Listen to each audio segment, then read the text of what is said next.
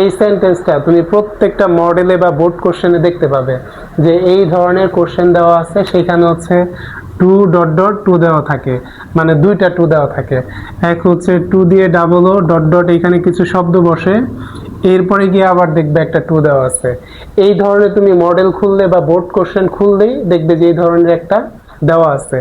এটাকে সব থেকে ইজি ভাবে বা সহজভাবে করার নিয়মটা হচ্ছে এইখানে প্রথমে যে টু আছে এই টুর এইখানে তুমি সো বসাই দিবা। কি বসাই দিবা? সো বসাই দিবা। আর পরে যে টু আছে এইখানে হচ্ছে দ্যাট বসবে। কি বসবে? দ্যাট। এখন কথা হচ্ছে টুর এইখানে সো বসবে আর এইখানে হচ্ছে দ্যাট বসবে।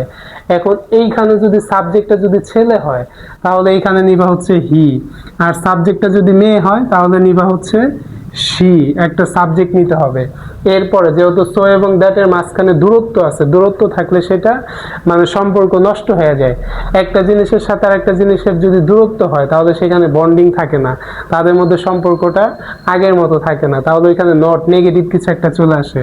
তাহলে সেইখানে তুমি প্রেজেন্টে যদি হয় লিখবা ক্যান নট, আর পাস্টে যদি হয় তাহলে লিখবা হচ্ছে কুড নট।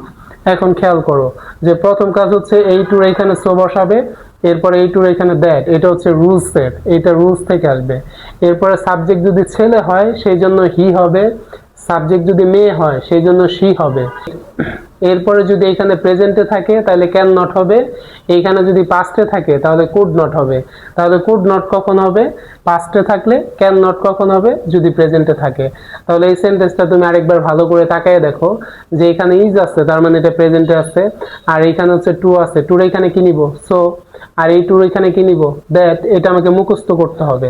এরপরে সাবজেক্ট যদি ছেলে হয় হবে হি, সাবজেক্ট যদি মেয়ে হয় হবে শি। এরপরে ক্যান নট বা কুড নট, এটা যদি প্রেজেন্টে হয় হবে হচ্ছে ক্যান নট, আর যদি পাস্টে হয় তাহলে হবে কুড নট। এখন তুমি এখানে দেখো সাবজেক্ট আছে হি, আমরা দেখে দেখে লিখব। এরপর এখানে ইজ আছে, দেখে দেখে লিখবে। এই যে এইখানে যে টু, এই টুর স্থানে তুমি কি লিখবে? সো। টুর স্থানে কি লিখবে? সো। এরপরে যে শব্দটা আছে দেখে দেখে এখানে বসায় দিবে। এরপরে এই টুর এখানে কি লিখবে? দ্যাট। এই টুর এখানে কি লিখবে? দ্যাট। এরপরে দেখো সাবজেক্ট যদি ছেলে, অলরেডি হি বলতেছে, হি কি ছেলে, তাহলে হি বসবে, হি। এরপরে দেখো এখানে ইজ আসছে না, ইজ কিসে আছে? প্রেজেন্টে আছে, তাহলে প্রেজেন্টে থাকলে ক্যান নট হবে। কি হবে?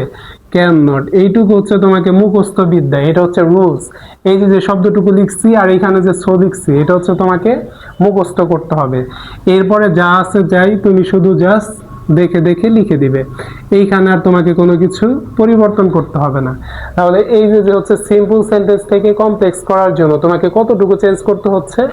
জাস্ট এই সোটা মুখস্থ করতে হচ্ছে, আর দ্যাট থেকে এই পর্যন্ত মুখস্থ করতে হচ্ছে।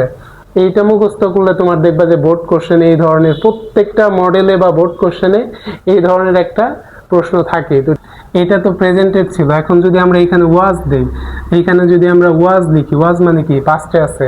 এখন এইটাকে যদি হচ্ছে আমরা সলভ করতে যাই যে এক্সট্রা কোশ্চেন ভাবে, এইটাকে যদি আমরা এখানে সলভ করি, এখন যে এটার ভেতরে ওয়াজ দেওয়া আছে, তাহলে আমরা এটা কিভাবে লিখবো? কমপ্লেক্স করার জন্য ই লিখবো, এখানে ওয়াজ আছে দেখে দেখে লিখবো। এই টুর এখানে কি লিখবো? সো। টুর এখানে কি লিখবো? সো। এরপরে যে শব্দটা আছে দেখে দেখে লিখবো। এরপরে এই টুর এখানে কি লিখবো? দ্যাট। কি লিখবো? দ্যাট। এরপরে এই যে সাবজেক্ট আছে হি, হি হচ্ছে কি? ছেলে, তাহলে এখানে হি বসবে। এখন খেয়াল করো ওয়াজ তো এখানে পাস্টে আছে, পাস্টে থাকলে কি হবে? Could not. তাহলে এখন আমরা কি লিখবো? Could not. কি লিখবো? Could not. এরপরে যা আছে তাই শুধু দেখে দেখে বসাই দিবা। এরপরে যা আছে যাই দেখে দেখে কি করব? বসিয়ে দিব। এই হচ্ছে সিম্পল থেকে কমপ্লেক্স করার নিয়ম। এই ধরনের যে কোনো একটা কোশ্চেন তুমি বোর্ডে অথবা মডেলে অবশ্যই পাবা, সেটা তুমি এখন সলভ করার চেষ্টা করো, খুব ইজিলি এখন সলভ করতে পারবা, কারণ এই